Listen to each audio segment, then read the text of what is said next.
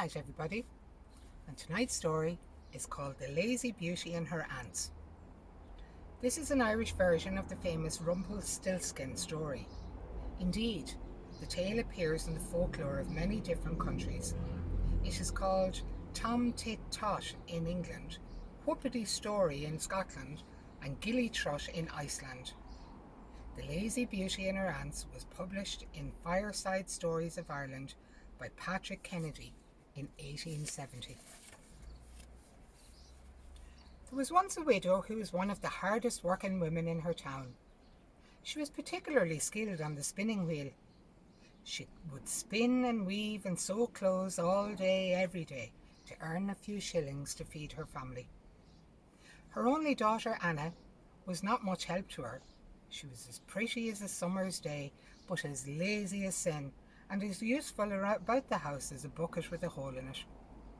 The widow tried enticing her with rewards, and when that failed, punishing her for her lazy attitude. But nothing worked. Anna stayed in bed half the day, and when she did get up, was so slow doing her few chores that it was quicker for her mother to do them herself. One morning, the widow was outside rinsing some clothes in a barrel of water. It was midday, and Anna was still in bed. "You're a terrible girl," the widow shouted into the cottage. "Get out here at once." Now, who happened to be riding by and heard the widow shouting? But the Queen's son. He rode up to the cottage to find out what the commotion was. As he reached it, Anna emerged through the door, rubbing the sleep from her eyes. The prince thought she was the most beautiful girl he'd ever seen. "Surely you weren't scolding this elegant maiden," said the prince to the widow, while nodding at Anna. The widow, trying to save herself and her daughter from embarrassment, curtsied for the prince and said, "Oh, not at all, your majesty. In fact, I was scolding her for working too hard." "Really?" asked the prince, becoming more interested. "Hard working as well as beautiful. That is a rare combination. What work do you do, Anna?"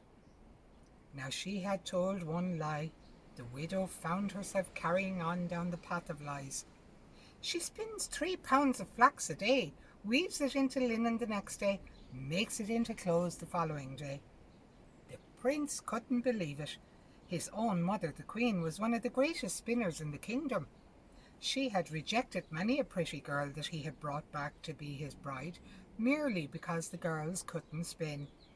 Yet here was one who could spin expertly and was so beautiful. He turned to Anna. "You are one of the prettiest flowers I've ever seen. Would you do me the honour of escorting me home to meet my mother? And if she's agreeable, would you be my wife?" Before the girl had a chance to answer, the widow said, "Yes, yes, yes, of course she will." She wasn't going to waste the chance of becoming a prince's mother-in-law. Grabbing her daughter's bonnet and cloak, she helped Anna onto the prince's horse. The widow waved at the couple as they trotted off. Her heart was bursting with joy because she had honestly thought her daughter was too lazy to ever get married. And yet here she was riding off into the sunset with a prince, no less. Though she thought Anna was pretty, the queen wasn't too pleased that the prince had chosen to bring home a poor country girl. The prince, seeing the disappointment in his mother's eyes, said, "Anna is a wonderful worker. She can spin 3 pounds of flax in a day, weave it into linen the next day, and make it into clothes the following day." "Really?" asked the queen, clearly impressed. Anna nodded, because to tell the truth now would make a liar out of herself, her mother, and the prince, and she'd grown rather fond of him in the short time they'd spent together. The queen, however, wasn't the sort of woman to take someone's word for something. She needed to see it with her own 2 eyes. She needed proof. "Please stay the night," she said to Anna, showing her to a grand bedroom. "And while you're here, you can spin these 3 pounds of flax into thread." She pointed into the corner of the room at a spinning wheel and a pile of flax. Then she shut and locked the door behind her. Heavy-hearted, Anna sat down to spin, but the thread kept breaking. Oh, why hadn't she paid more attention when her mother had showed her how to spin? Why hadn't she practiced more at home? In frustration, she threw down the flax and wept loudly, the tears making silvery trails down her cheeks. "What's wrong, my girl?" asked a cracked voice from the middle of the room. Anna was startled into silence, for standing in front of her was an old witch dressed in black.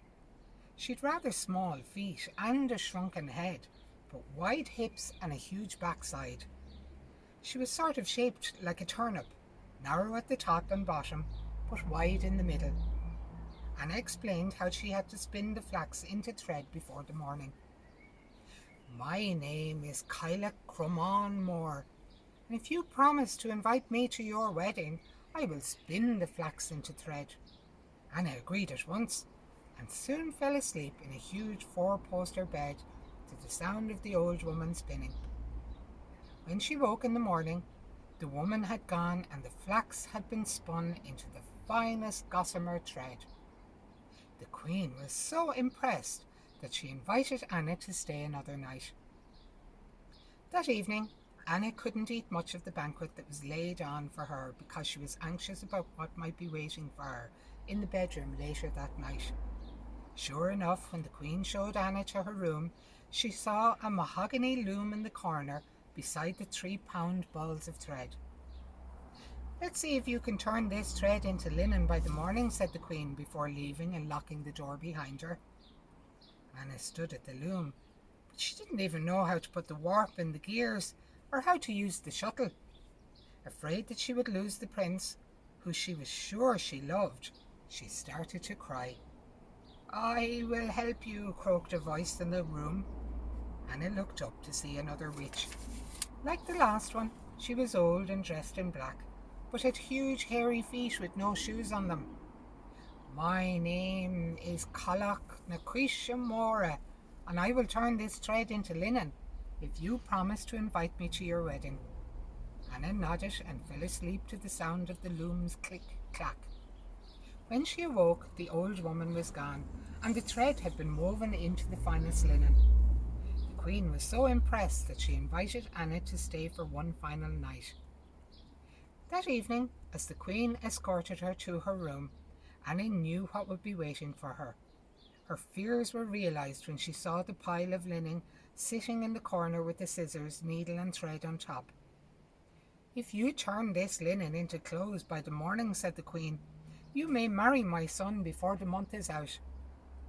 When she had left, Anna sat down and cried, for she knew she couldn't even thread a needle, never mind sew linen into clothes. "Dry your tears, my girl," said a voice in the room. Anna looked up to see an old witch with a big red nose. "My name is Kylak Shron Morarua, and I will turn this linen into clothes if you promise to invite me to your wedding." Anna said she would and went to bed, leaving the old crone sewing in the corner. In the morning, Anna woke to find the witch was gone, and in her place the most beautifully crafted linen shirts, trousers, jackets and dresses. The Queen was overjoyed. She hugged Anna tightly. "We have a wedding to organise, my dear." The prince, the Queen and their servants did most of the organising. All Anna really had to do was make a list of people she wanted to invite, but even that wasn't simple. She had promised the 3 witches an invitation, but now she wasn't so sure. She didn't know them. What sane person would invite witches to a wedding? She wondered why they wanted to come. Would they reveal her secret and ruin the wedding? It would be foolish to invite them, but breaking her promise might be even more dangerous. In the end, she decided to keep her word and put them on the guest list.